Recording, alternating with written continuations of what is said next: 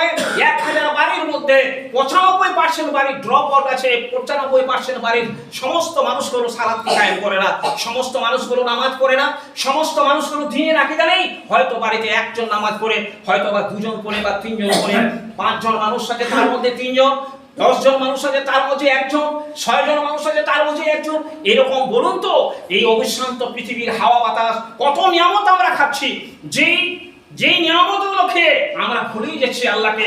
অথচ আমার জন্য, আপনার জন্য এই কিয়ামতের ময়দান, হাসরের দিন, কবর, এই সমস্ত জায়গায় আপনাকে তৈরি থাকতে হবে। এই দুনিয়া থেকেই আখিরাতের ভালো ফসল তুলতে গেলে এই দুনিয়াতে মেহনত করতে হবে।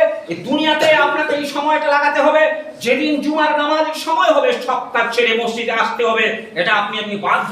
যদি আপনি আখিরাত সম্পর্কে সচেষ্ট হয়ে যান, যদি আপনি মুসলমান হিসাবে নিজেকে পরিচয় দিতে চান, তাহলে আপনাকে আসতে হবে এই সালাতে।